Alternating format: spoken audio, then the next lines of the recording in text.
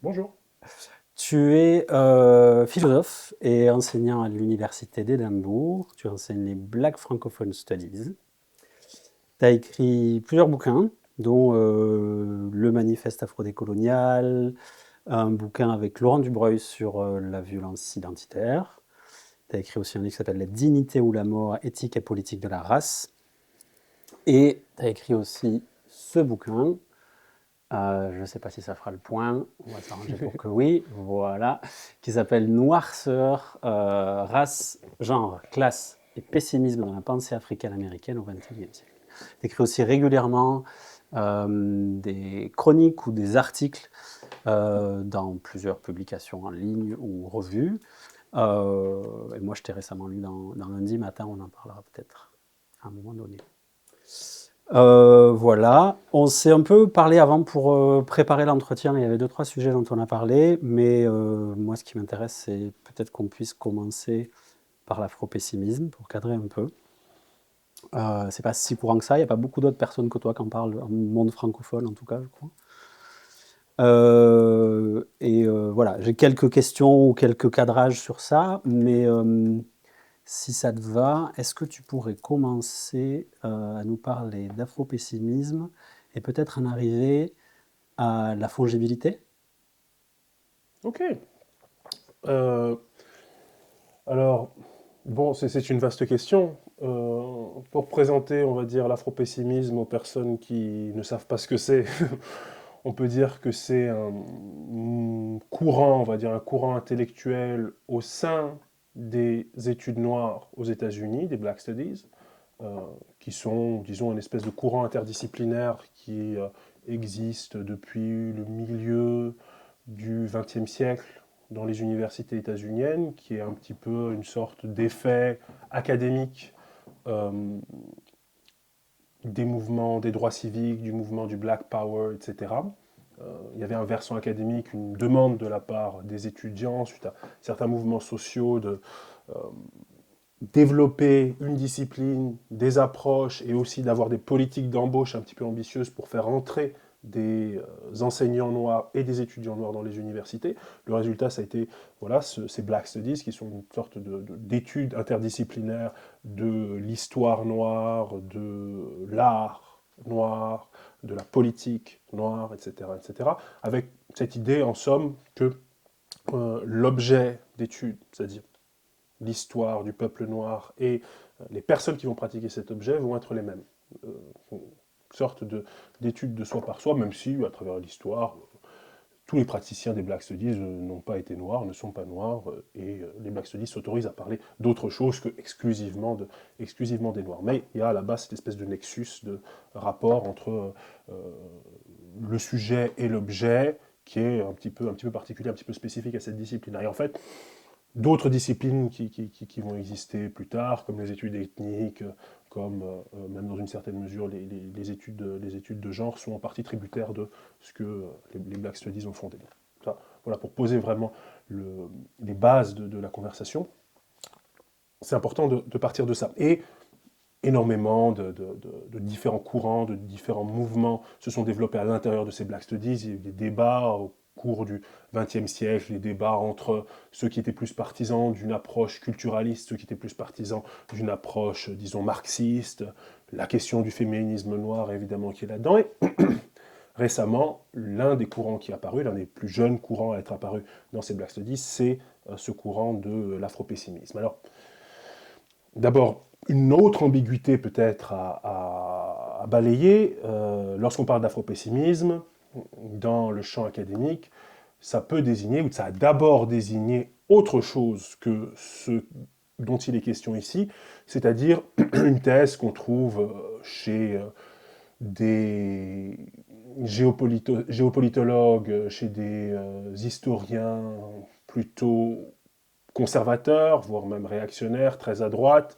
En France, par exemple, Bernard Lugan, qui est bon, un historien, je pense qu'on peut qualifier tout simplement de fasciste, euh, qui sont des tenants de l'afropessimisme, c'est-à-dire simplement l'idée selon laquelle le continent africain, du fait de son histoire culturelle, du fait de ses tares ou des lacunes intellectuelles qui sont propres aux populations africaines, ce continent est foncièrement inadapté à l'économie de marché, à la démocratie, et donc condamné au féodalisme, à la, euh, au sous-développement, à la corruption, etc., etc. C'est endémique à l'Afrique du fait de son histoire culturelle. Ça, c'est ce que a désigné pendant plusieurs décennies cette notion d'afropessimisme. L'Afrique est incapable de s'adapter aux défis du monde moderne. C'est pas du tout ça que signifie l'afropessimisme dont je parle, tel qu'il a été développé par une série d'auteurs états-uniens noirs contemporains. Le concept apparaît d'abord dans une conversation qui a eu lieu entre deux intellectuels, entre deux universitaires, Frank Wilderson d'une part, et d'autre part Saidiya Hartman. Frank Wilderson qui deviendra l'un des principaux initiateur de ce courant afro-pessimisme, et Saidiya Hartman, qui est d'une religion féministe noire un petit peu hétérodoxe, et qui a été son inspirateur. Et elle lâche ce concept d'afro-pessimisme dans une conversation qu'ils ont eue ensemble, et qui est publiée d'ailleurs, cette conversation. Et Frank Wilderson va le reprendre pour désigner tout à fait autre chose, c'est-à-dire non pas un pessimisme quant à la structure culturelle des Africains ou des Noirs, mais un pessimisme quant à la capacité des sociétés à majorité blanche de juguler, de dépasser ou de transcender leur propre racisme. L'idée, c'est que les pays à majorité blanche, notamment évidemment les États-Unis d'Amérique, on peut aussi l'adapter au Canada, on peut aussi l'adapter aux pays d'Europe, notamment ceux avec une histoire esclavagiste, etc. Ces pays-là ne vont jamais dépasser d'eux-mêmes leur propre négrophobie. Le grand récit selon lequel, à partir des mouvements de décolonisation, à partir des luttes pour les droits civiques, il y aurait eu un foncier progrès de l'histoire des Noirs, de leur intégration, voire de leur assimilation dans les sociétés occidentales. Selon les afro-pessimistes, c'est une vaste blague, un vaste mensonge. C'est cette vaste blague, ce vaste mensonge que, par exemple, les différentes étapes du mouvement Black Lives Matter ont révélé. Oui, bien sûr, aujourd'hui, contrairement à l'époque esclavagiste, les Noirs ont des voitures et des frigos, mais est-ce que ça n'est pas tout simplement un effet du développement technique davantage qu'un effet du véritable progrès des Noirs dans le domaine économique, dans le domaine social, de leur plus grande intégration à l'économie capitaliste, etc. Est-ce que les Noirs ne seraient pas encore finalement une espèce de rebut de cette société, de rebut du monde capitaliste et libéral, et non pas des véritables citoyens des États-Unis, de véritables citoyens européens comme ce qu'on nous présente. Donc voilà, en gros, l'afropessimisme défend cette thèse-là, et cette thèse-là, puisque tu voulais que je termine, puisque tu m'as donné cette figure imposée de terminer sur la question de la fongibilité, bah, on a, dans notre expérience, notamment de la culture états-unienne, là on est dans un contexte où on vient de voir un beau spectacle, n'est-ce pas, au Super Bowl de Kendrick Lamar, qui a parlé voilà, des États-Unis, etc., dans une belle mise en scène, avec Samuel Jackson, avec Serena Williams, etc., voilà, splendide, sous les yeux éberlués du président Donald Trump, probablement. Voilà, donc on se dit, mais quand même, la culture noire américaine est partout. La culture noire américaine est hégémonique. Hégémonique. Toute la musique qu'on écoute à travers le monde, c'est la musique noire. Les grandes stars de cinéma, les grandes vedettes du sport, Serena, voilà. Là, on a une espèce de sainte trinité avec Kendrick, Serena et Samuel L. Jackson, une espèce de sainte trinité de ce que les Noirs libéraux vont appeler l'excellence noire, n'est-ce pas hégémonique dans le domaine du cinéma, hégémonique dans le domaine de la musique, hégémonique dans le domaine du sport. En somme, des Noirs hégémoniques dans le domaine du divertissement. Et on devrait s'en réjouir, voire même s'en contenter. Et c'est là que ce concept de fongibilité entre en jeu, parce que, certes, il y a une très forte présence de la culture noire, notamment évidemment états-unienne, mais pas uniquement, parce que parfois on dit qu'il n'y a que ça, mais c'est pas vrai du tout. Je veux dire, la musique, aujourd'hui même la musique nigériane tend je dirais, à s'hégémoniser, même les musiques comment dire, noires francophones, Maya Nakamura, ça s'écoute partout dans le monde, etc. Bref, on pourrait trouver plein d'exemples, etc. Je veux dire, la musique noire, sous ses différents aspects, sous ses différentes facettes, tend à s'hégémoniser. Et elle est déjà hégémonique d'une certaine manière. Mais cela est compatible avec l'absence radicale et absolue de pouvoir et de puissance politique des masses noires à travers le monde, y compris dans les pays où ils sont majoritaires, c'est-à-dire les pays africains qui sont encore soumis à différentes formes d'extractivisme, d'impérialisme, de différentes natures. Comment est-ce qu'on peut concilier cette sidérante, cette impressionnante hégémonie culturelle avec une absence radicale de puissance politique? Et même avec un noir au pouvoir, n'est-ce pas, comme sous la présidence d'Obama, on a vu cet impouvoir radical à l'œuvre, puisque c'est à ce moment-là que le mouvement Black Lives Matter a éclaté, avec une impuissance ou une incurie absolue d'Obama qui n'a pas du tout pris le parti de ces masses noires révoltées pour une réforme de la police radicale. Il les a même condamnés, etc., etc.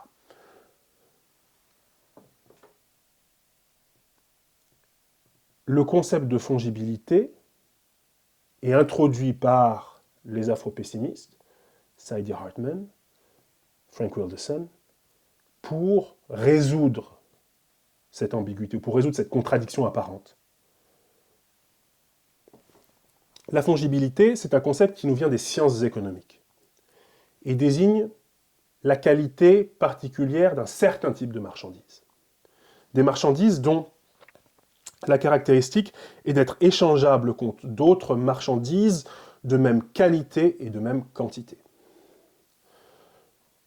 Par exemple, c'est exactement ce qu'on voit, le concept qu'on voit dans la notion très fréquemment utilisée sur Internet de NFT. Enfin, de moins en moins fréquemment utilisée parce que les gens ont fini par se rendre compte que c'était un pur scam. Mais NFT qui signifie Non-Fungible Token, un jeton non fongible. Qu'est-ce que c'est qu'un jeton non fongible? Quand vous achetez un NFT, ça veut dire c'est une image, on va dire, c'est une image qui est unique, que vous pouvez que posséder en propre, que vous ne dupliquez pas lorsque vous l'envoyez à quelqu'un d'autre. Vous n'envoyez que ça. Et tous les biens non fongibles fonctionnent de la même manière.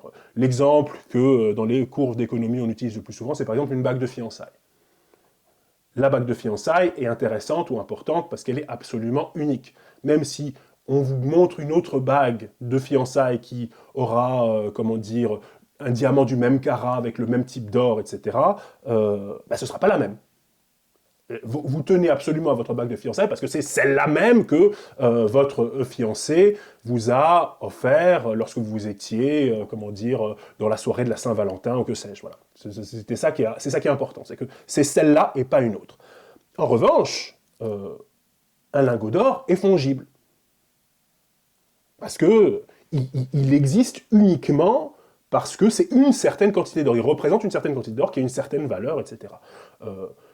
Les chevaux sont fongibles, sauf si c'est votre cheval particulier. Mais lorsque vous achetez juste un certain nombre de chevaux, ils sont fongibles. À partir du moment où vous leur donnez un nom, etc., ils deviennent uniques. Si c'est un cheval de course ou quoi, ils deviennent absolument uniques. Ils acquièrent une valeur absolument singulière. Eh bien, même s'ils avaient des noms, les esclaves étaient généralement considérés dans l'économie esclavagiste, notamment du sud des États-Unis, et au-delà de tout l'espace, atlantique de l'esclavage, ils étaient considérés comme des biens fongibles. Ça signifie qu'ils étaient appréhendés comme une certaine quantité. La théoricienne Hortense Spillers dira une certaine quantité de chair. C'est-à-dire que lorsqu'on les mettait à fond de cale dans les navires négriers, on calculait la quantité de nourriture qu'il leur faudrait, quel type d'espace ils devraient occuper dans la cale, combien on pouvait en mettre, est-ce qu'on pouvait les entasser suffisamment pour essayer de maximiser les profits. Ils n'étaient pas considérés comme des individus à part entière, ils n'étaient même pas considérés comme mâles ou femelles, ils étaient considérés comme une certaine quantité de chair. Leur question, enfin leur genre était considéré simplement pour avoir une bonne proportion et pouvoir maximiser les profits. C'était une caractéristique comme une autre, mais ça ne faisait pas partie, on va dire, de leur anthropologie ou de quelque chose qui pourrait les définir comme des êtres humains. C'était juste Fonctionnel, oui. C'était fonctionnel. Et toujours dans le rapport à une certaine économie. Alors, bon, ces exemples sont excessivement sordides, mais qu'est-ce que ça peut nous dire sur ce que j'ai commencé à raconter à propos de notre économie du divertissement, de notre économie du sport, etc.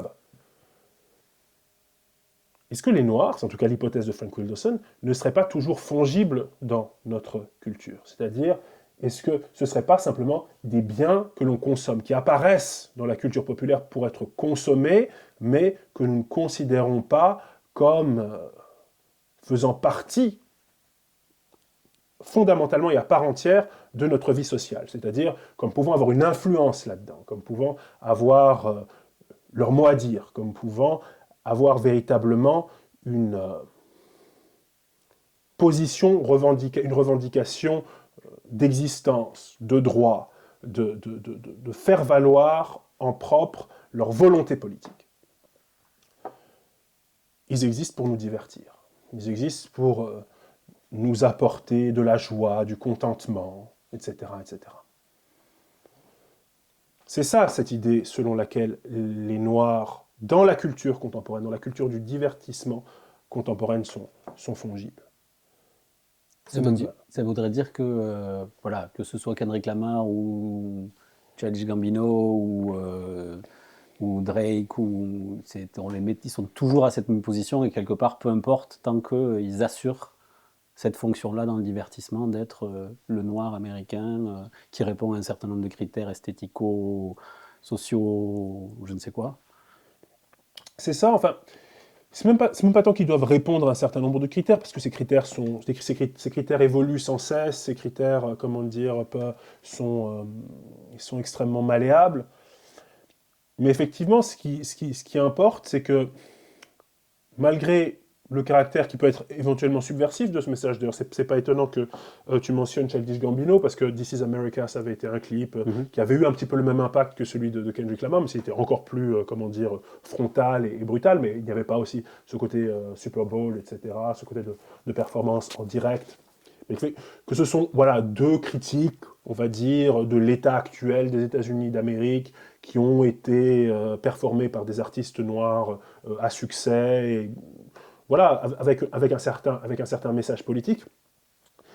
Et on pourrait l'analyser tout ça avec, je veux dire, il y a un vieux discours marxiste qui est toujours pertinent sur la capacité du capitalisme à la récupération, n'est-ce pas? Voilà, Boltanski et tout, sur les habits neufs du capitalisme, la manière dont toute forme de critique est immédiatement récupérée. Ben voilà, déjà, les situationnistes disaient ça, toute forme de critique du capitalisme est immédiatement récupérée par le capitalisme. Mais cela, comment dire, dans le cadre de l'expression artistique noire, a un rapport encore plus immédiat, si j'ose dire. C'est-à-dire qu'il n'y a même pas besoin de récupérer, dans le sens où ce discours passe immédiatement au stade du divertissement.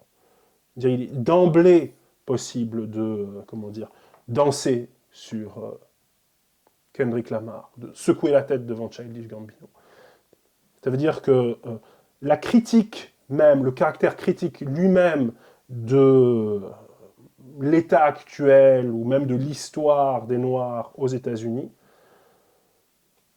participe du divertissement lui-même.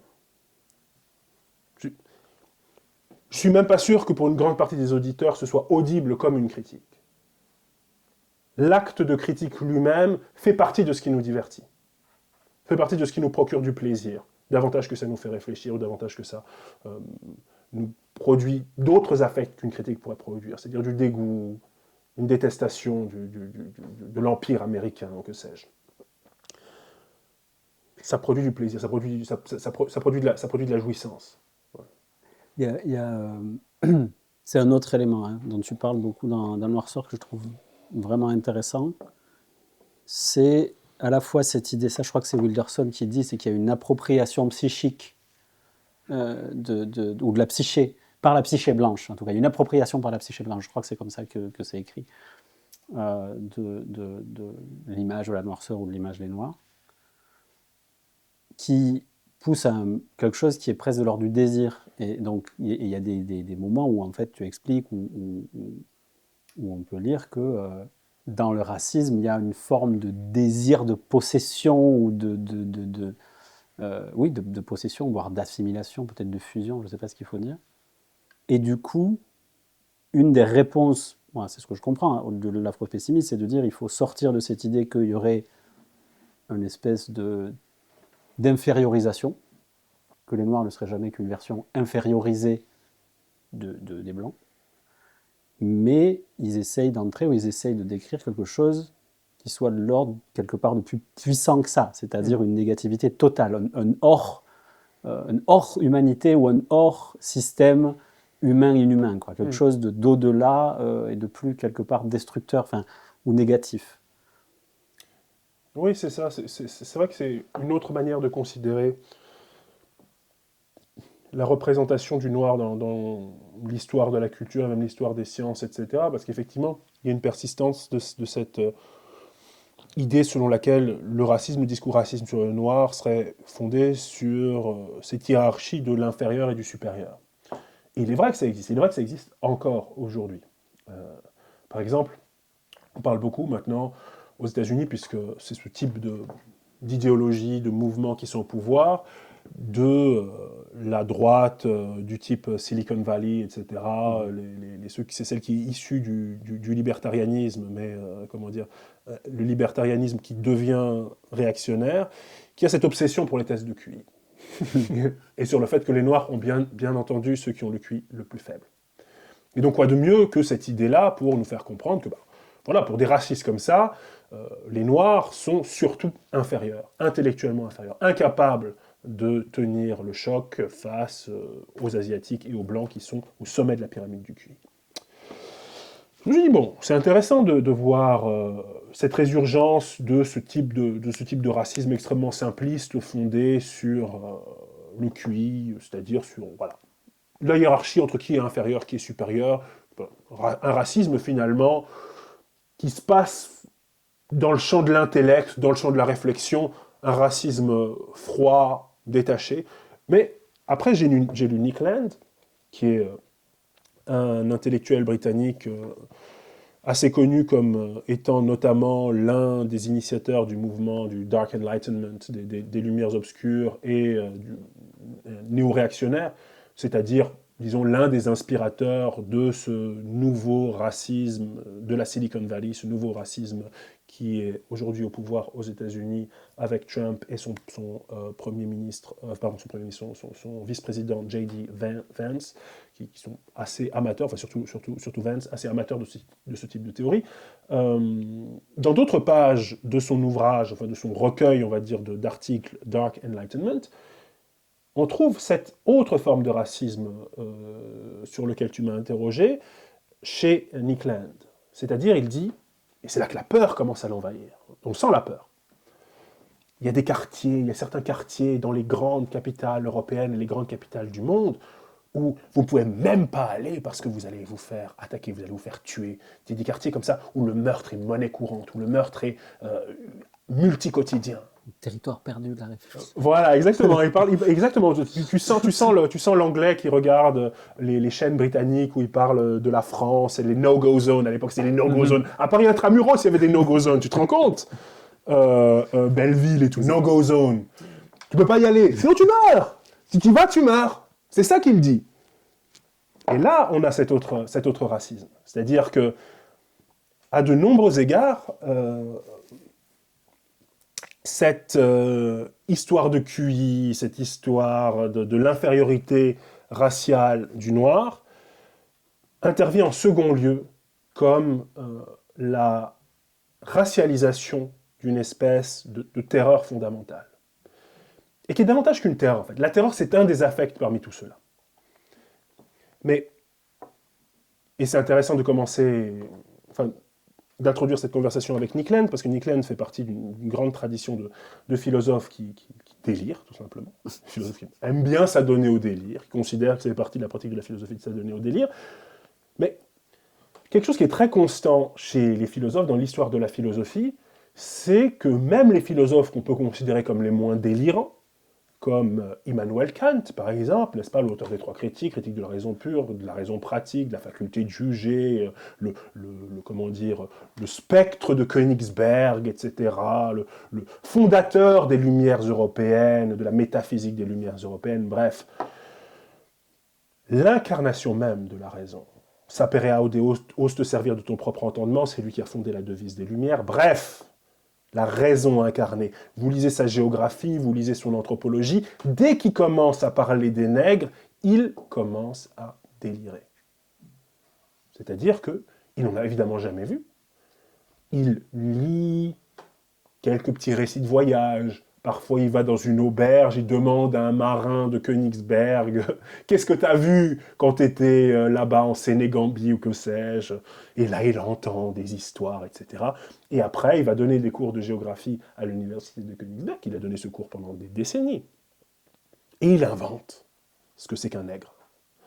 Les odeurs, à quel point ils puent, comment leur pratique sexuelle, évidemment à mots couverts, hein, dans un certain puritanisme, mais quand même, toute l'abjection du noir, ce qu'il ne sait pas, ce qu'il ne connaît pas, il l'invente. C'est également le cas, les plus grands racistes de l'histoire française, Gobineau, etc. Ce sont des gens qui prétendent faire de la science, qui prétendent être dans la rationalité, dans la raison, etc. Mais à partir du moment où ils commencent à parler de la question raciale, et singulièrement du nègre, il rentre dans le domaine de la fiction spéculative. C'est-à-dire qu'il s'adonne à la spéculation. Le cas de Kant est singulier, puisque c'est celui qui a voulu mettre les excès de la raison sous contrôle. Dire, voilà, la chose en soi est inconnaissable, vous ne pouvez pas aller trop loin dans la spéculation philosophique. Restons dans le cadre de ce que nous sommes capables, nous autres, humains finis de chair et de sang, capables de connaître. Mais, lorsqu'il s'agit de parler du nègre, lorsqu'il s'agit de parler de la question raciale, on peut s'adonner à toutes les spéculations, à tous les délires. De choses qu'il est empiriquement incapable de connaître, mais il peut les inventer parce que la jouissance dans les pages de la géographie, dans les pages de l'anthropologie de Kant, cette jouissance est palpable. On voit qu'il a envie de délirer le nègre. Et ça, je pense, c'est une structure importante du racisme. Que après, d'une certaine manière, le racisme scientifique va essayer de capturer, ou va essayer de juguler, va essayer de faire rentrer dans certains clous, mais premièrement, il y a cette espèce d'expérience de l'étrangeté, cette expérience de la bizarrerie qui, même chez les esprits les plus raisonnables de leur siècle, va produire une espèce de choc, de délire spéculatif. Et après, il faut essayer de raccrocher ce délire au wagon de la science par tous les moyens. Et ça, c'est quelque chose qui est intéressant à penser, notamment avec l'afro-pessimisme et probablement avec d'autres théories également. Je tente un exercice compliqué, mais j'ai envie, on en a parlé un petit peu. C'est de faire un parallèle qui m'est pas propre, hein, qui est un parallèle que d'autres gens font, mais qui c'est celui de l'afro-pessimisme et de ce qu'on appelle le queer antisocial. Le queer antisocial ou le queer anti-relationnel, on avait un peu parlé avec Michael Tempête dans une vidéo précédente, c'est en gros une des théories queer qui arrive dans les années 90-2000 et qui consiste à dire avec Léo Bersani et Lee Edelman principalement que le queer c'est par essence, ou en tout cas peut-être pas par essence, mais c'est d'abord et avant tout une résistance à toute stabilité, à tout principe organisateur de la société et à tout futurisme reproductif social, à la relation. C'est une espèce d'anti-relationnalité absolue qui doit et peut résister à toute forme d'assimilation. Et il y a alors plusieurs personnes, mais notamment Lee Edelman, pas que lui, qui voit une espèce de parallèle dans cette manière de penser l'afro-pessimisme et le queer anti-relationnel. Intéressant comme lapsus, anti-relationnel. Alors, évidemment, là, pour une fois, peut-être la fongibilité, il faut y faire attention, c'est-à-dire que, évidemment, la race n'est pas le genre, le queer n'est pas la blackness, voilà, c'est quand même important de le dire. Mais il y a dans ces deux mouvements-là quelque chose de l'ordre de aller au-delà de la simple résistance ou révolte contre une altérisation, mais une critique de la totalité, une critique du système entier qui crée ce eux et nous, qui crée ce d'un côté de la ligne et de l'autre de la ligne du genre, la ligne de la race, etc.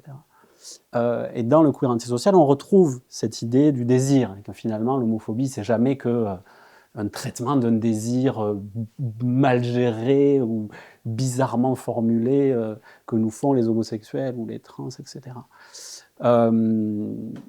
Voilà, je t'offre ce parallèle-là. Oui. Est-ce qu'il te parle? Est-ce qu'il est risqué? Est-ce qu'il est glissant? Est-ce qu'il est... Glissant comme Edouard.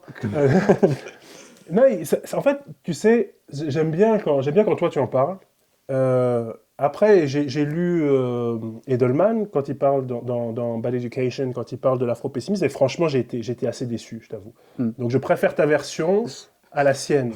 Parce que, si tu veux, j'ai vu précisément beaucoup de fongibilité, je l'ai vu résister dans l'introduction de Bad Education. Il fait une introduction qui est assez longue d'ailleurs, où il mouline beaucoup de Lacan, etc. Enfin bon, c'est un, comment dire, c'est un style avec lequel je pensais en avoir terminé quand j'ai arrêté de lire Derrida. Je me suis dit, oh, putain, encore 40 pages de ça, bon allez, let's go. Oui, il fait dialoguer essentiellement des auteurs entre eux, enfin c'est ça, enfin, exclusivement, sans aucune référence à quoi que ce soit de réel. Donc c'est vraiment dire, en gros, quelle est l'interprétation de l'inconscient de Frank Wilderson, Malabou, Zaki Hyman Taylor et quelques autres. Et il essaye de mettre en parallèle donc la question queer avec l'afropessimisme. Et en résistant notamment contre Calvin Warren, qui est un intellectuel afro-pessimiste de la dernière génération, qui dit attention, effectivement, la blackness, c'est quelque chose de particulier. C'est une forme particulière de négation de l'humanité, c'est une forme particulière d'anéantissement de l'être. C'est comme ça qu'il s'exprime. Et Edelman cherche absolument à résister contre cette idée. Non, regardez, nous les queers c'est la même chose, on est pareil, on est comme vous, regardez. J'ai vu pendant 40 pages, j'essaie uniquement de dire ça. Je me demande, mais pourquoi? Quel est l'intérêt de ce désir absolu de vouloir faire rentrer le queer dans le lit de Procuste de l'afropessimisme? Et ce qui là, pour le coup, effectivement, est un geste selon moi, de fongibilité tout à fait caractéristique. C'est-à-dire, pourquoi ce besoin de s'approprier, disons, ou de vouloir tirer à soi la couverture du dernier mouvement intellectuel à la mode? Et, je ne suis pas sûr que ça apporte grand-chose à son argument, sinon peut-être à tenter de dire, regardez, le queer aussi est une sorte de, comment dire, de déchet de la société, est une sorte de déchet du monde moderne, etc., au même titre que l'est la noirceur. Ok. Je pense qu'il y a plusieurs problèmes là-dedans.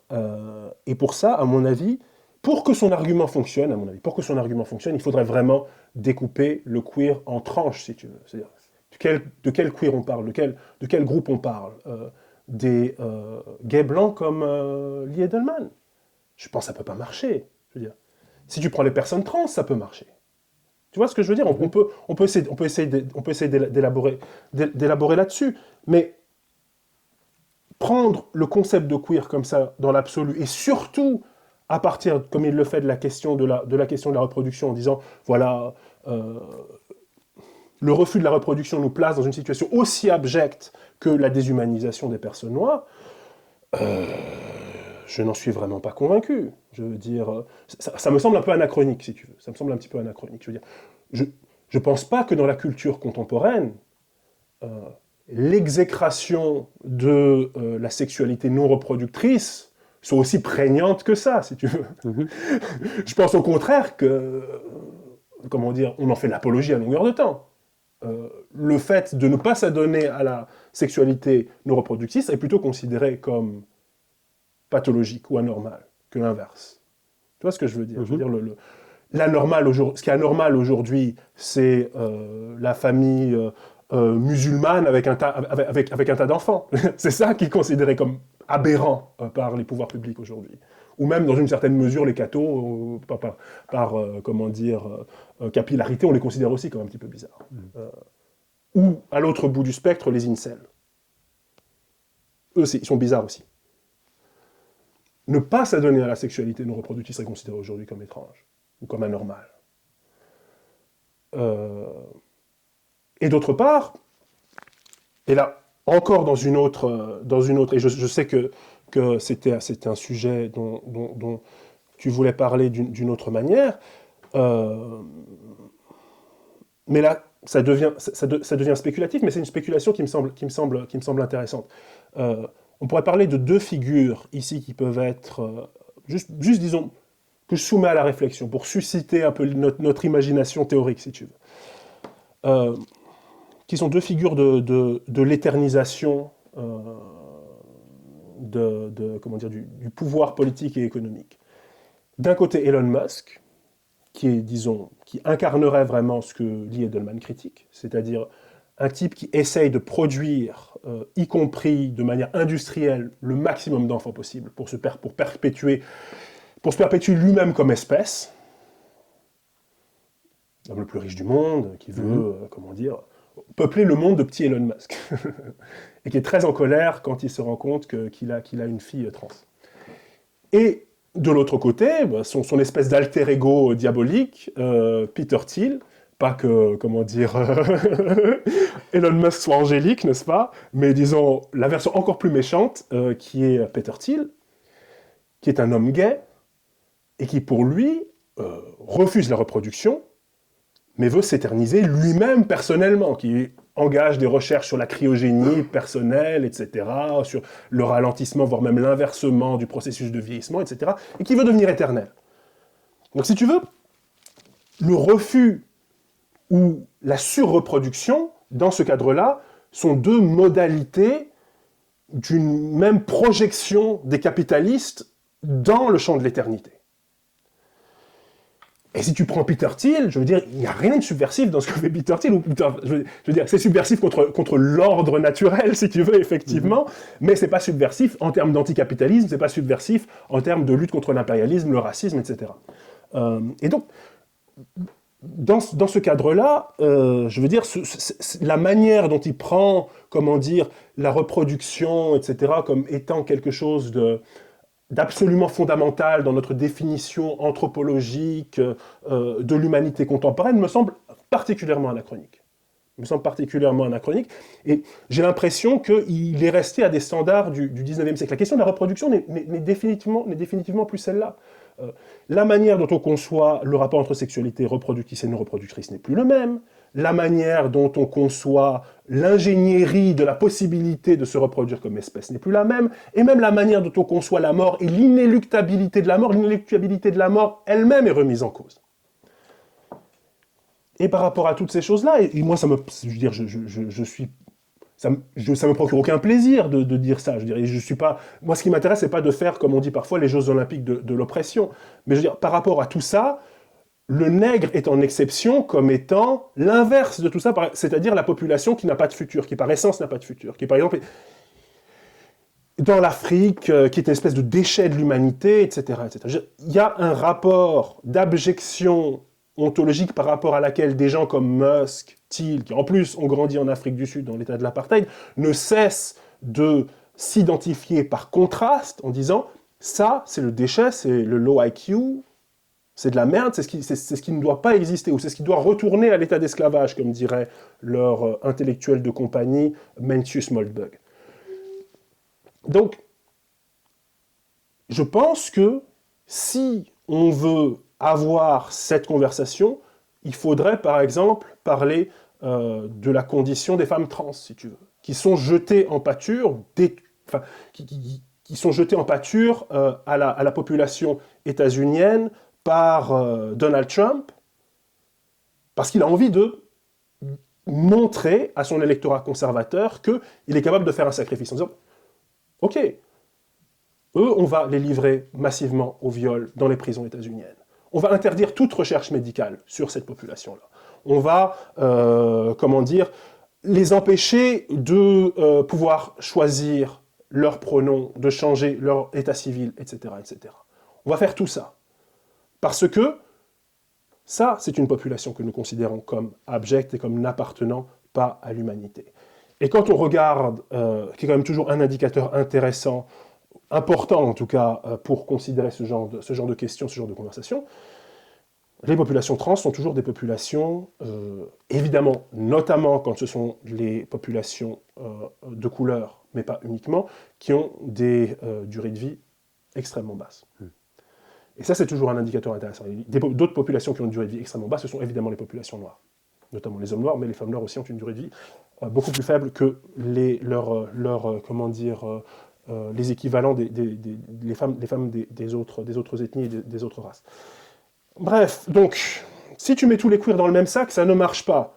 Si on parle des populations qui sont vraiment explicitement, violemment ciblées par les politiques, notamment de Trump, mais tous les discours transphobes, transmisogynes, etc., en Grande-Bretagne, où ils sont très forts là-dedans, etc. La LGB Alliance est née en Grande-Bretagne. C'est eux qui Exactement. ont inventé l'acronyme où ils ont enlevé le T. Où ils ont enlevé le T, absolument, absolument. Ils ont une quasi-hégémonie dans certains espaces féministes, etc., en Grande-Bretagne. Et J.K. Rowling, veut dire, c'est la championne, et elle est de là-bas. Donc voilà, je pense ce queer ici, il faut vraiment le couper en tranches. Peter Thiel et ses équivalents ne sont pas du tout, je veux dire, sont probablement antisociaux, ça c'est certain. Ça c'est certain. Ils sont probablement antisociaux, mais est-ce que cette manière d'être antisociale là, comment dire, est véritablement porteuse du moindre pouvoir, de la moindre puissance révolutionnaire? J'en doute fort. Mais la manière dont toi tu présentes cet antisocial, c'est-à-dire non pas comme une espèce de constat, parce que c'est ça le problème de ce qu'essaye de faire Edelman dans cette introduction. Il fait le constat que, dans la manière dont ils sont traités, ontologiquement, dans la société, dans leur position sociale, etc., les noirs, les queers, quels qu'ils soient, c'est la même chose. Non. En revanche, parce que toi, tu as plutôt insisté sur les stratégies politiques, sur les manières, comment dire, de refuser l'intégration, de refuser l'assimilation, etc., etc. Là, on est dans des stratégies qui me semblent plus intéressantes. Tu vois ce que je veux dire? Mais je ne peux pas utiliser, comment dire, les constats ou les diagnostics que je fais sur la condition noire, ou même, voilà, comment dire, d'un point de vue extérieur et d'un point de vue, comment dire, voilà, de quelqu'un qui s'y intéresse un petit peu de loin de la question trans, à d'autres groupes de LGBTQIA. Tu vois ce que je veux dire? Oui, tout à fait. Là, il faut que je remercie les copains de Trou Noir, Quentin Dubois notamment, parce que c'est lui qui m'a aidé à préparer cet entretien. Et donc, ce serait malhonnête de prendre les compliments que tu me fais. Ils reviennent aussi à lui, parce qu'il m'a aidé à framer ça. Salutations, comment dire. Et en français. C'était une connaissance de Toulouse à l'époque où j'enseignais là-bas. Eh bien, je le croisais fort souvent. C'est vrai que vous avez été camarades d'université. Pour ceux qui, petite note de bas de page, pour ceux qui s'intéressent aux questions et qui veulent comprendre et découvrir le queer antisocial, une des sources régulières d'articles et de réflexions, c'est le site Trou Noir, avec les copains de Trou Noir. Je vois qu'il y a des ouvrages tout à fait, ici, des revues, voilà, n'est-ce pas? On fait de la pub aux copains. En préparant l'entretien, j'ai essayé de retrouver une ref de ton bouquin dans un livre que j'avais commandé à l'époque où j'ai lu Noirceur, mais que j'ai pas lu. où il s'agit de ce film qui est en couverture du film Ah, Red, Red, White and White and Black. Black, l'ouvrage, bah, je montre alors. Ouais. Ce film est abominable. Et alors, juste pour le cadre, ce qu'il dit de ce film, ça me fait penser en fait à la critique qui est faite de Emilia Pérez. Ah, que je n'ai pas vu. C'est-à-dire que la Mais attends, manière qu'on a il faut que tu racontes un petit peu quand même là, parce que je pense pas que les gens ont vu forcément ce film-là. Ce film, en gros, c'est l'histoire d'un homme blanc qui sauve une femme noire de sa propre condition. Ouais, Et attends, même le film c'est Devil's Bowl, je crois. Devil's Bowl, si mes souvenirs sont bons. Je peux le raconter vite fait, Vas-y. parce que c'est un poème, hein, ce film. Enfin, c'est un poème. C'est, je pense, le film le plus raciste que j'ai vu de toute ma vie. Et j'étais, les bras m'en sont tombés quand je l'ai vu, en fait. Mais c'est explicite. Enfin, je veux dire, ça ne cherche même pas à se cacher, quoi. Je comprends pas comment c'est fait. Et Halle Berry a eu l'Oscar pour ce film. Il a eu l'Oscar pour ce film. Bah, comme peut-être Emilia, l'actrice qui joue Emilia Pérez l'aura peut-être pour le sien. Et donc l'histoire du film, ça commence. Alors, je l'ai vu qu'une seule fois et ça fait un petit moment. Et en plus l'interprétation de Frank Wilderson qui fait de ce film est absolument splendide. Je veux dire, c'est l'un des plus grands critiques de cinéma. Je ne comprends pas pourquoi il a arrêté de faire de la critique de cinéma parce que c'est un très grand critique de cinéma. Il est, je pense, meilleur même que Zizek dans ce genre d'interprétation philosophique du cinéma. Donc, ça commence par un mec qui est le mari de Halle Berry, qui est dans le couloir de la mort. Il doit être tué par un jeune gardien de prison. Ce jeune gardien de prison ne veut pas le tuer. Physiquement, il n'est pas capable de le faire. Il n'a pas envie. Il n'arrive pas à appuyer sur le bouton, à pousser la manette pour électrocuter ce mec. Son père est un autre gardien de prison. Son père lui dit « T'es qu'une lavette, t'es une merde, t'arrives même pas à faire ça. » Et c'est le père qui le fait. Il le bute. Peu de temps après, le fils, choqué par ce moment, lessivé par les insultes de son père, met fin à ses jours.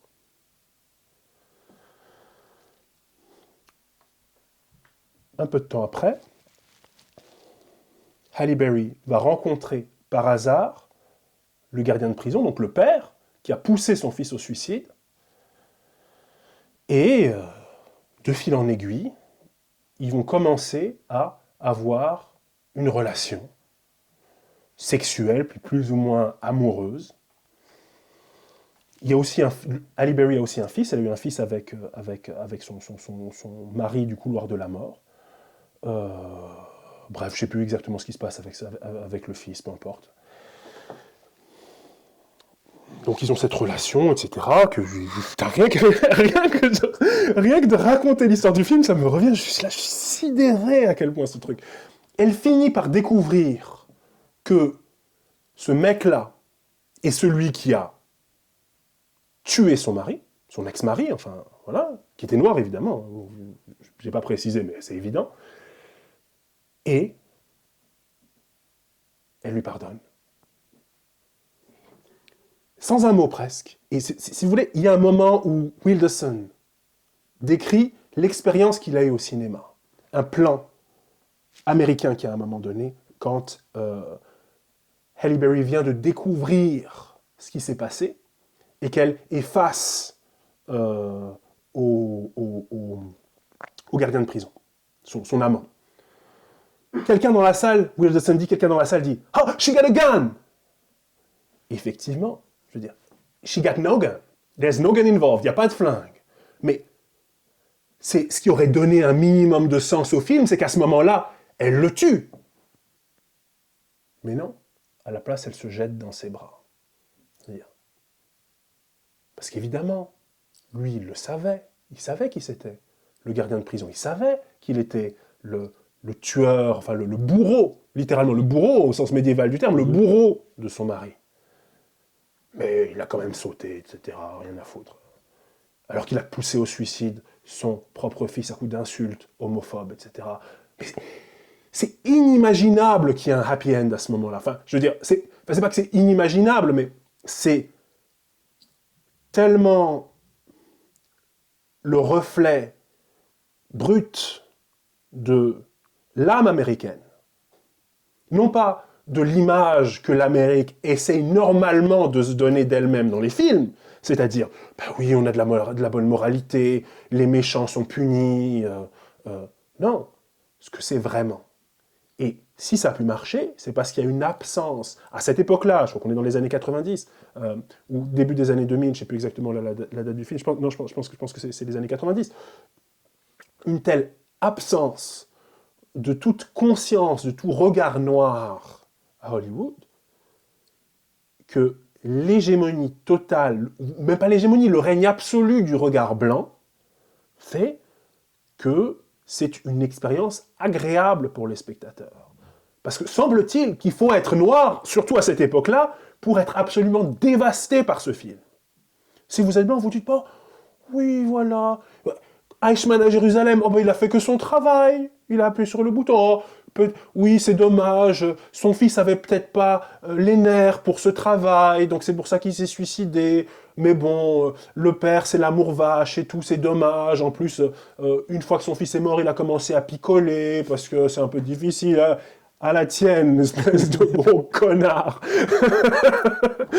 Là où je faisais le parallèle, c'est vrai que, alors c'est un peu tiré par les cheveux, mais le problème principal qu'il y a avec Emilia Pérez, c'est qu'en gros, c'est une femme trans qui va sauver tous les Mexicains du machisme. Femme trans narcos, non? C'est pas un C'est truc ça, comme ça. mais donc elle, avec ce qu'elle représente de dépassement de la condition binaire, elle va être l'espèce presque de Vierge Marie, enfin de salut, elle va guider dans le salut contre la méchante masculinité des méchants Mexicains, tous plus ou moins violents et trafiquants de drogue, quoi. Et donc, c'est vrai qu'il y avait ça, je trouve, dans la figure d'Halle Berry qui est un peu la salvation, quoi. C'est-à-dire l'ultime, l'expiation via la victime, la femme noire victime dans les yeux du blanc, quoi. Oui, c'est ça. Ben, bien sûr, t'as tué son mari, c'est vraiment dommage. Mais si tu la sautes, tout est pardonné. C'est ça, hein, la morale du film. Mm. C'est ça, la morale du film.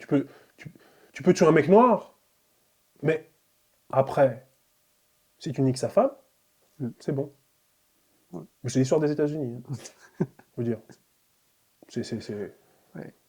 American History 101 par Wilderson. Ouais, exactement. Ouais, t'avais American History X, là c'est American History Z. Bon, on saute d'un sujet à l'autre, mais c'est pas grave. Il y a une chose dont je voulais parler avec toi, et je voudrais qu'on en parle via quelque chose dont peut-être on parle moins avec toi en général, mais c'est les jeux vidéo. Ok. Tu joues à des jeux bien dark. Bon. Bon, tu joues au Soul-like. Pas tant ça. Ok, bon, ouais. Tu joues au Soul-like, tu joues à Elden Ring, tu joues à ça. Dark Souls, des choses comme ouais, ça. Voilà.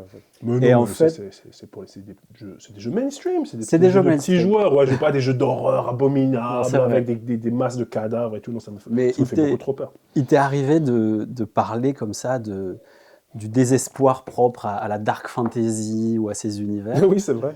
Et moi, ça m'a fait penser à une citation que tu as fait une fois mais peut-être que je suis complètement dans la surinterprétation, mais de Fabien Ebousi-Moulaga, qui dit que il n'y a que dans le monde blanc que la philosophie, elle vient de l'émerveillement et de la joie et des choses formidables. Oui. Pour nous autres, que pour une partie du monde entier, l'inspiration, elle vient la stupeur causée par une défaite totale. Est-ce que l'esthétique comme ça, ou de Berserk, je sais que tu as posté ces derniers temps aussi sur ta lecture de Berserk, comment on appelle ce style? La Dark Fantasy. La Dark Fantasy. Dark Fantasy, oui. La Dark Fantasy, c'est l'anti-Lord of the Ring, quoi. C'est vraiment... Ouais, c'est ça, oui. C'est pas du tout des gentils elfes et des gentils hobbits qui sauvent le monde du diable, c'est plutôt des espèces d'univers où tout n'est que désespoir, crépuscule éternel, damnation, Dieu sournois et maudit, c'est quand même terrible. Elden Ring, ça c'est le meilleur exemple. Ouais. Et ça t'a amené à une critique de la joie, par exemple. Souvent, tu faisais ce choix. Et tu peux parler de ça un peu? Ouais, ouais, pas de problème. Alors, bon, je vais peut-être pas raccrocher, je vais peut-être pas raccrocher tous les Non, wagons, non, mais mais on va centrer sur la dark fantasy alors, et puis on verra bien où ça nous mène. Donc, mon constat principal sur la dark fantasy, c'était que j'ai cherché un petit peu de la littérature sur la dark fantasy parce que c'est un buzzword, si tu veux, dans la critique, notamment la critique de jeux vidéo, parce qu'il y a énormément de jeux vidéo qui font de l'esthétique dark fantasy. C'est même presque une catégorie. Hein. Je veux dire, il y a pas la catégorie sur Steam. Il y a peut-être même la catégorie ça sur doit Steam. peut-être exister, ouais. Peut-être même qu'elle existe, tu sais. En tout cas, même, je pense sur d'autres plateformes ça existe. Dark fantasy, tellement il y a des jeux qui font de la dark fantasy. Mais qu'est-ce que c'est? Voilà. Euh, et de la high fantasy, on sait ce que c'est. C'est Lord of the Rings. Et donc, mon hypothèse, c'est que il faut prendre ces deux concepts très littéralement, high fantasy et dark fantasy, ce qui veut dire très littéralement des fantasmes élevés ou des fantasmes obscurs. Et que ça suffit pour définir ces deux genres. Euh, C'est-à-dire que dans la high fantasy de Tolkien, c'est le meilleur exemple, mais toute la fantaisie classique est un peu, comment dire, sur ce modèle-là. Même le Trône de Fer, c'est ça, Mhm. quoi. Hein. Des personnages, même si, voilà, il y a un petit peu, c'est saupoudré de Dark Fantasy, le Trône de Fer, si tu veux. Mais les personnages sont mus par des sentiments nobles et une volonté de faire triompher le bien contre le mal. Voilà, c'est le côté catholique de Tolkien. Voilà, les personnages sont des vrais héros, quoi.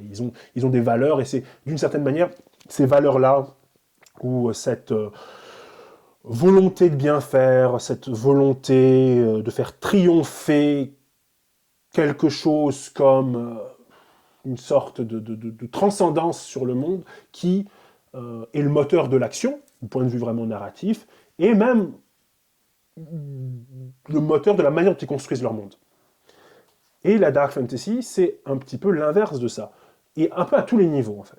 C'est déjà l'inverse de ça, même formellement, puisque les grandes œuvres de dark fantasy, il n'y a pas de grand roman de dark fantasy, si tu veux. Il n'y a pas l'équivalent du Trône de Fer ou du Seigneur des Anneaux pour la dark fantasy. Les grandes œuvres, les plus grandes œuvres, les plus connues, les plus réputées de dark fantasy, c'est un manga, c'est-à-dire Berserk, et une série de jeux vidéo, c'est-à-dire Dark Souls, et Mhm. maintenant Elden Ring, mais qui est un peu la même chose, prolongée par d'autres moyens.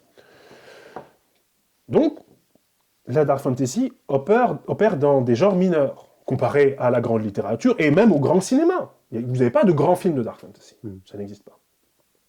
Euh, alors que vous avez la trilogie de Peter Jackson, et même vous prenez Le Hobbit, c'est de la merde, mais c'est aussi une trilogie Mhm. de Peter Jackson, avec des budgets absolument faramineux, etc. etc. Euh, et ce que vous regardez quand vous observez un petit peu ce qui se passe à l'intérieur des mondes créés par la Dark Fantasy, vous avez euh, exactement l'inverse du Seigneur des Anneaux, exactement l'inverse de ces personnages qui sont mus par l'idéal de sauver le monde, etc. Ouais, moi j'ai lu Berserk assez récemment, et j'ai vu que l'entièreté de la manière dont l'intrigue fonctionne, c'est uniquement d'aller de traumatisme en traumatisme. Je spoil le premier tome, Mhm. comment dire, Guts, le héros principal, naît de l'éventrement de sa mère alors qu'elle est pendue à un arbre par des bandits. Donc, je ne sais pas s'il se fait éventrer ou si juste elle fait une fausse couche, il tombe et il se trouve qu'il est vivant. Et après, il se fait violer dans son enfance parce que son père adoptif le prostitue. Enfin, je veux dire, c'est des trucs absolument abominables. Et après, je veux dire, il y a canoniquement dans l'histoire des viols assez importants pour l'avancée de l'histoire, et des massacres en abondance, etc. etc. Bon, ça rend le personnage de Guts lui-même intéressant. C'est un personnage traumatisé, etc. Et toute l'histoire ne parle finalement que du traumatisme des différents personnages, hein, y compris les méchants eux-mêmes ont leurs propres problèmes, et voilà, tout le monde se prostitue à un moment ou à un autre. Bref, voilà, c'est un univers absolument fondé, absolument marqué par le fait que, si tu veux, pour parler psychanalytiquement, le surmoi est extrêmement fin. Le surmoi est fin comme du papier à cigarette, si tu veux.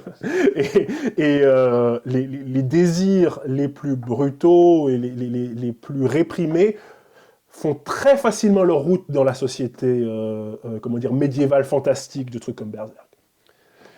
Alors, comment ça se passe dans Dark Souls? C'est un petit peu similaire, mais il n'y a pas ce côté, comment dire, directement, immédiatement brutal, même si on sent que beaucoup de personnages ont ce background, ils ont beaucoup souffert, ils sont dans des situations tous plus ou moins dépressives. Dans Dark Souls 2, ils sont tous atteints de maladies neurodégénératives, si tu veux, c'est-à-dire que chaque personnage, plus le temps passe, plus il perd la mémoire, il oublie qui il est, il te reconnaît plus quand il te rencontre, etc. Donc voilà une espèce de métaphore des maladies neurodégénératives et de la perte d'identité.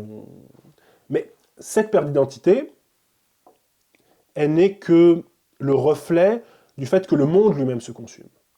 Le monde lui-même disparaît. Les personnages ne sont qu'une sorte d'expression du fait que le monde est dans une sorte de perpétuel état de pourrissement. Ce qui est en réalité assez fondamental dans la théologie chrétienne, tu sais, parce que dans le livre fondateur, si tu veux, de la théologie catholique, c'est-à-dire, enfin, le livre fondateur, c'est un peu con de dire ça, mais en tout cas, c'est un livre très important et un auteur surtout extrêmement important qui est Saint Augustin.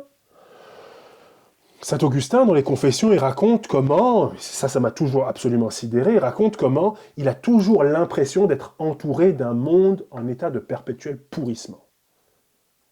Il a cette impression, c'est son sentiment. Le monde est sans cesse en train de pourrir. D'ailleurs, quand il parle de désirer un objet, il parle de désir pestilentiel. Mais c'est pas parce qu'il condamne la chair comme ça en tant que telle. D'ailleurs, on sait bien que saint Augustin c'était un queutard. D'ailleurs, c'est ce qu'il raconte sans cesse dans les Confessions. Il fait que parler de ça. Donc, c'est pas que la chair le dégoûte comme d'autres, comment dire, prêtres pourraient l'être. Non, pas du tout. C'est que il a l'impression, de façon très littérale, c'est très bizarre, que quand il désire un objet qui est déjà dans un état de pourrissement. Parce qu'il sait que l'objet n'est pas éternel. Il sait que dès que quelqu'un ou quelque chose naît, il se hâte déjà, c'est son mot dans les Confessions, il se hâte déjà vers le non-être, il se hâte déjà vers la disparition, vers l'anéantissement de soi. Ça veut dire que pour saint Augustin, si tu veux, dans sa métaphysique, quand un bébé est en train de naître, lui ne voit pas juste le cycle qu'on voit tous, c'est-à-dire la croissance, on arrive à son pic de croissance, et puis après, on commence à déchoir, etc. Non, pour lui, tout ça, ce n'est déjà que du déclin. L'existence, c'est du déclin. Ce sont que différentes manières de pourrir. Et c'est pour ça qu'il a besoin du Dieu chrétien. Parce que le Dieu chrétien, c'est la seule chose qui est éternelle. C'est la part d'éternité que tu vas trouver dans n'importe quelle chose que tu vas trouver. Et bien dans Dark Souls, tu n'as pas ça. Dans Dark Souls, Dieu lui-même est en train de pourrir, si tu veux. Et ça fait des cycles. C'est la différence entre un temps, comment dire, éternitaire, comme le temps chrétien, et un temps cyclique. Et dans les Dark Souls, tu as un temps cyclique. Mais un temps cyclique un peu détraqué, puisque c'est comme un temps cyclique imparfait où il y a une déperdition d'énergie à chaque fois. C'est pour ça que tu vois une différence fondamentale entre Dark Souls 1, où les choses vont à peu près. Dark Souls 2, les gens commencent déjà à perdre la mémoire, ça se détraque. Et Dark Souls 3, où tout est ensemble. C'est vraiment la fin, là. C'est vraiment la fin.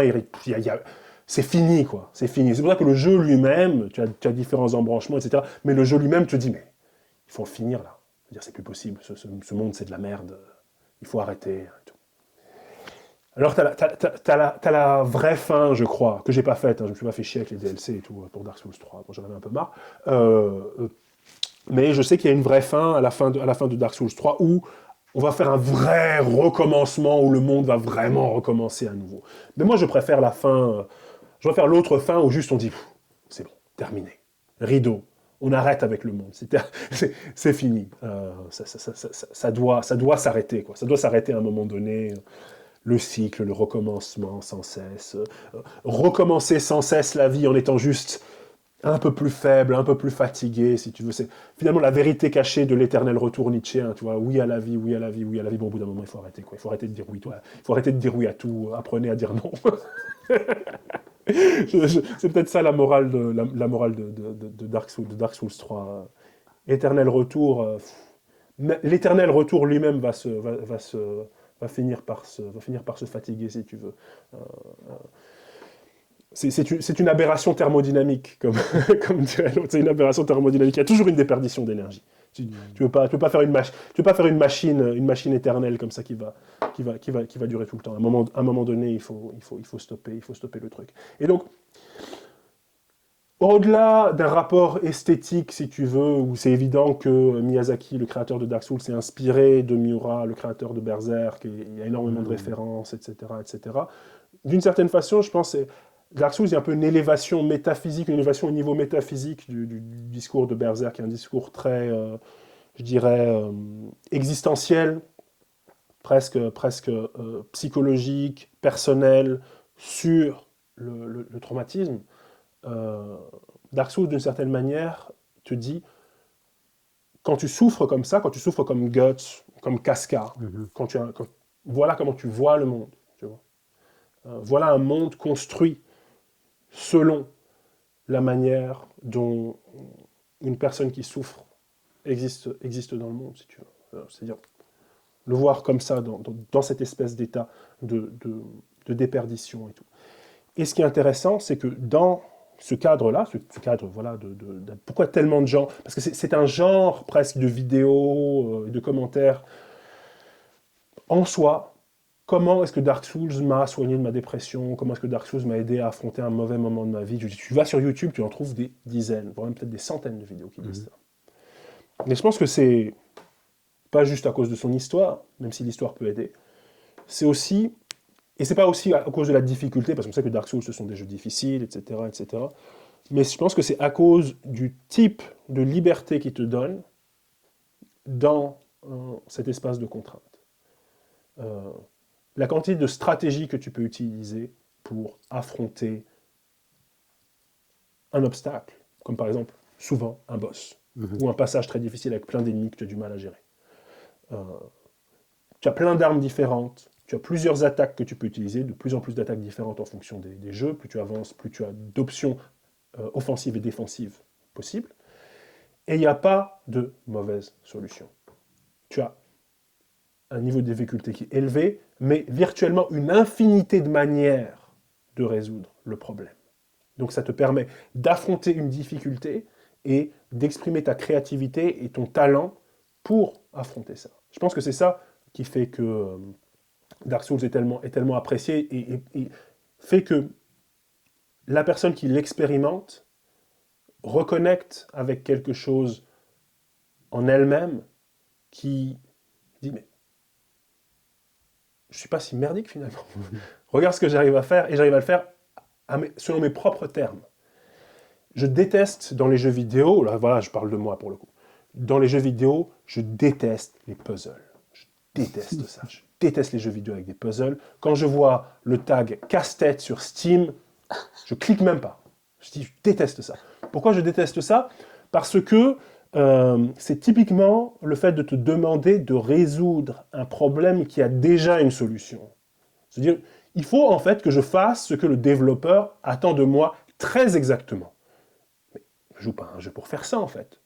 Sinon, je ferais comme ma grand-mère, paix à son âme, je gratterais des sudoku en fait. Tu vois?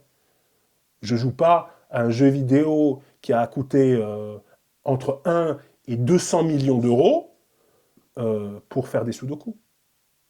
Ça, pour moi, c'est de la merde, les énigmes, dans les jeux vidéo, si tu veux. Tu vois Tu veux l'espace de liberté que ça t'offre face à... Ah oui, Ça l'est. exactement. Il faut pouvoir s'exprimer soi-même. Il faut pouvoir affronter l'obstacle selon tes propres termes, avec tes propres. Évidemment, tu peux demander des conseils à tes amis, etc. C'est quoi le meilleur build? C'est quoi le build qui pourrait correspondre à ma personnalité, à mon style de jeu, etc. Est-ce que c'est un gros gourdin? Est-ce que c'est de la magie, plutôt au corps à corps, plutôt à distance, plutôt à mi-distance? Quel type d'arme, etc. Quelle rapidité? Plutôt la dextérité, plutôt la force? Bref, tu sais ce que c'est. Ça, c'est quelque chose qui te redonne du pouvoir, qui te redonne, comment dire, foi en ta propre, comment dire, tes propres réflexes, en ton propre intellect et en ta propre capacité même à te projeter dans l'avenir d'une certaine façon. Donc, je pense que c'est ça le côté thérapeutique que beaucoup de gens ont vu dans Dark Souls et qu'aucun jeu de casse-tête ne produira jamais parce que tout ce que tu arrives à te dire finalement, c'est ah, je suis à peu près aussi malin que le développeur du jeu. Bon, la belle affaire. C'est pas très intéressant. Ça fait déjà une bonne heure qu'on parle. Je peux t'en mettre encore 10-15 minutes sur un petit Oh, truc. autant que tu veux, Ok, autant que tu cool. veux. Il y a... J'en ai encore Allez, une vas-y. deuxième, tu vois, donc C'est cool. on peut se couper là. Il y a une longue discussion que j'ai eue avec une copine.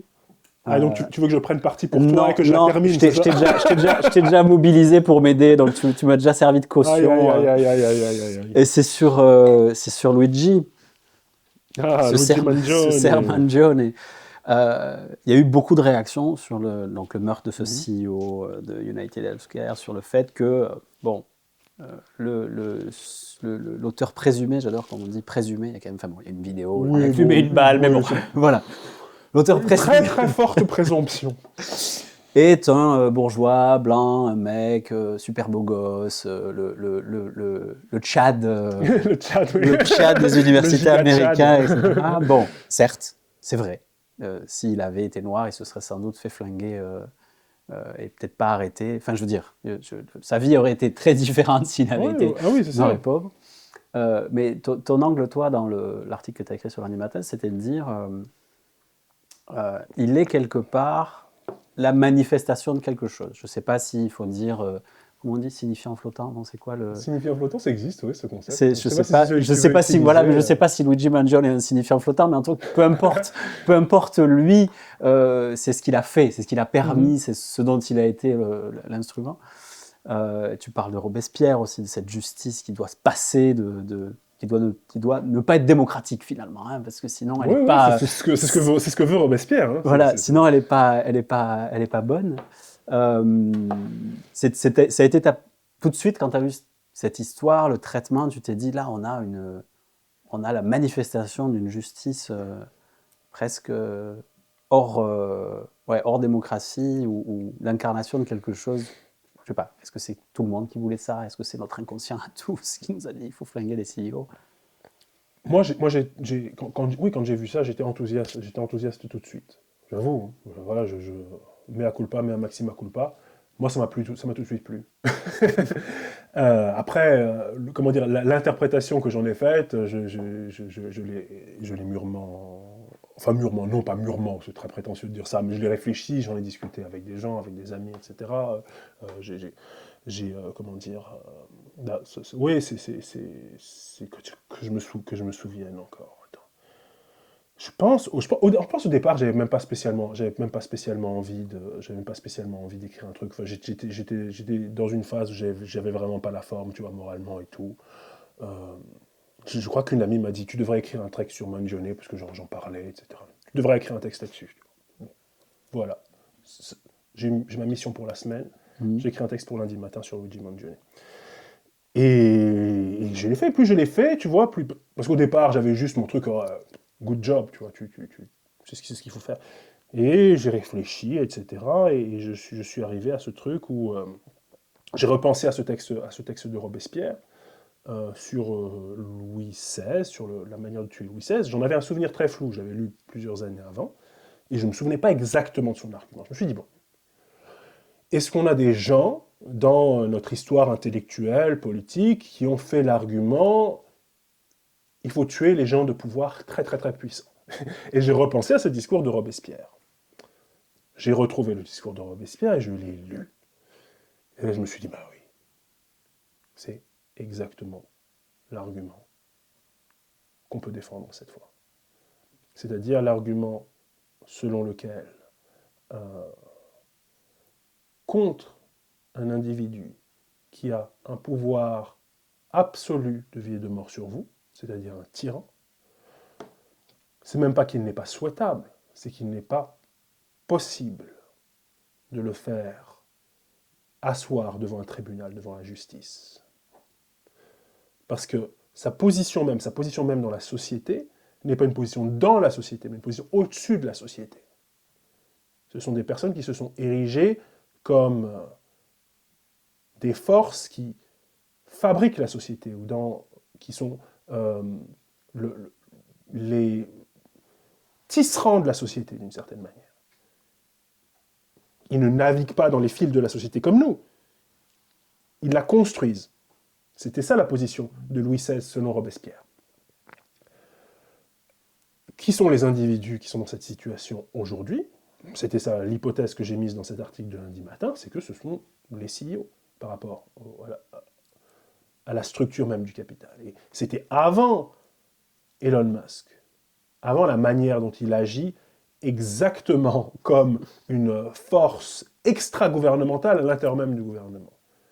Qu'il arrive dans les fonctions publiques, dans les secteurs publics, quels qu'ils soient, il renvoie tout le monde, comme une espèce de blitzkrieg qu'il mène depuis l'intérieur de l'État contre l'État. Il ne peut faire ça que, bien entendu, parce qu'il a l'appui de Donald Trump, mais parce qu'il a l'aura du fait d'être un CEO, qui n'a pas cessé d'être en rentrant dans le gouvernement, de multiples compagnies. SpaceX, X, tous les X que tu veux, sauf les sites porno, évidemment.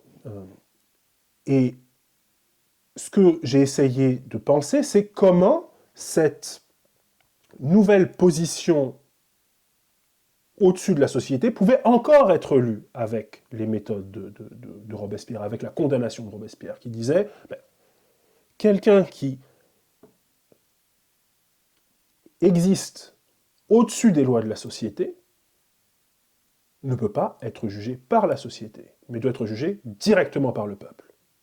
Et donc, la justice qui lui sera appliquée ne sera pas la justice des hommes, ou la justice plus exactement de la société, mais ce sera la justice de l'état de nature, c'est-à-dire la justice la plus brutale qui puisse exister. Je dis, n'est-ce pas très exactement ce que Luigi a fait?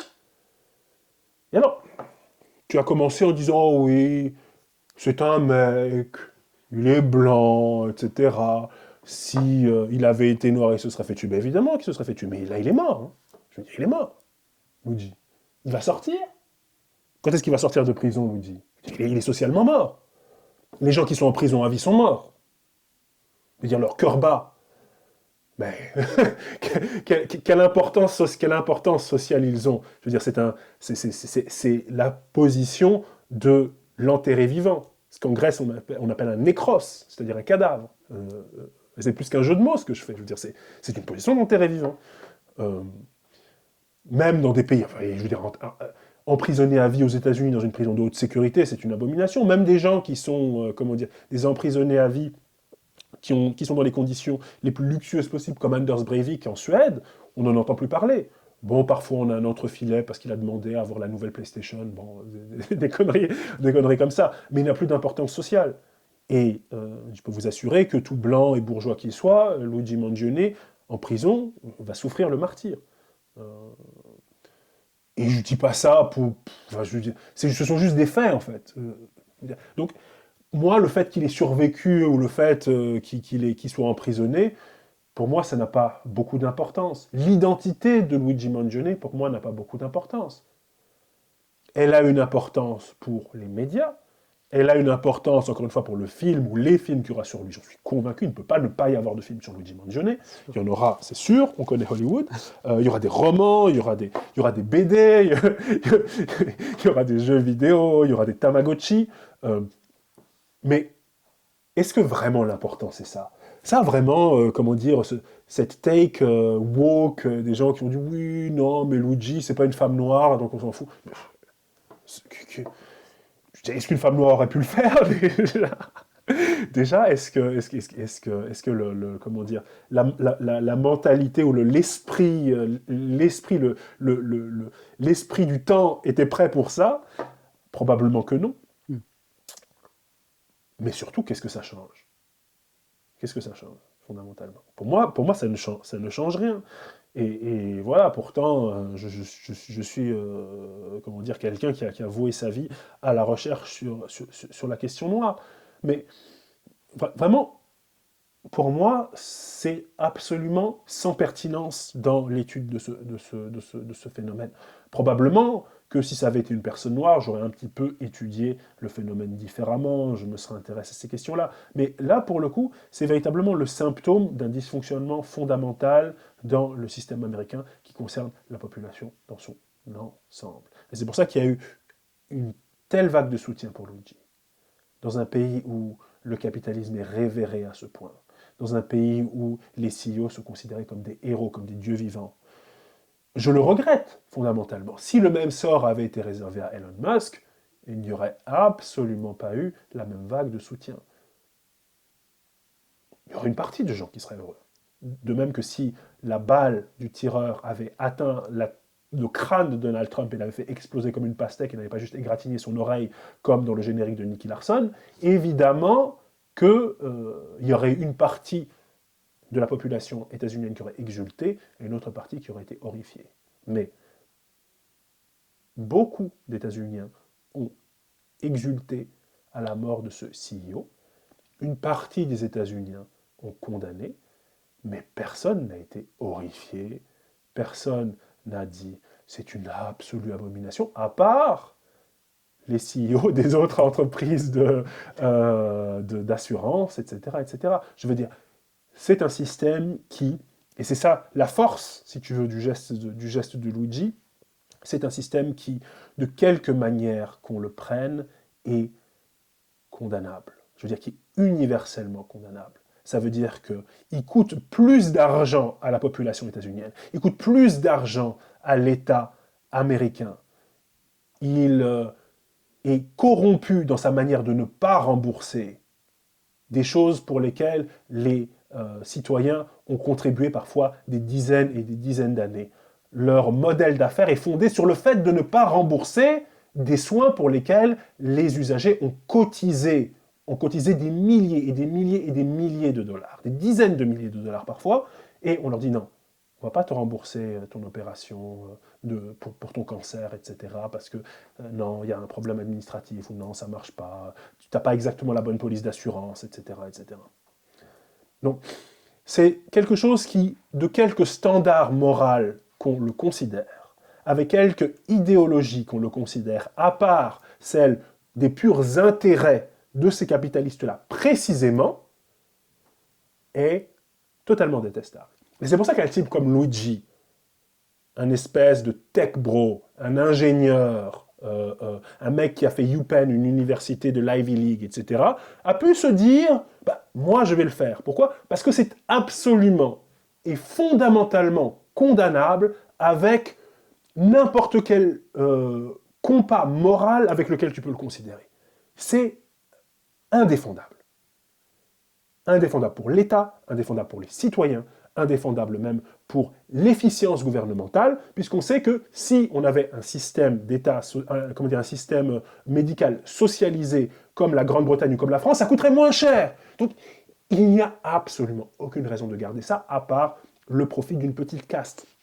Donc, résultat, il est très facile de considérer ce meurtre comme étant justifié éthiquement ou moralement si on n'a pas une vision selon laquelle le meurtre est toujours mauvais, blablabla. Bla, bla. Je pense qu'on a dépassé ça, c'est bon, allez, on arrête avec ça. Bon, je note qu'on est passé en une heure de Wilderson à Nicky Larson, en passant par Lee Edelman et Dark Souls. T'as pas trouvé deux autres rimes? Non, mais le drop de Nicky Larson était quand même parfait. Merci, Norman Ajari. Ben, merci à toi. Je dis pas ton nom, hein, parce que tu es le présentateur, mystérieux. Secret, exactement. Il faut que je fasse ça, si j'ai oublié de faire un clap en début. Si je veux... Voilà, mon raccord. Merci.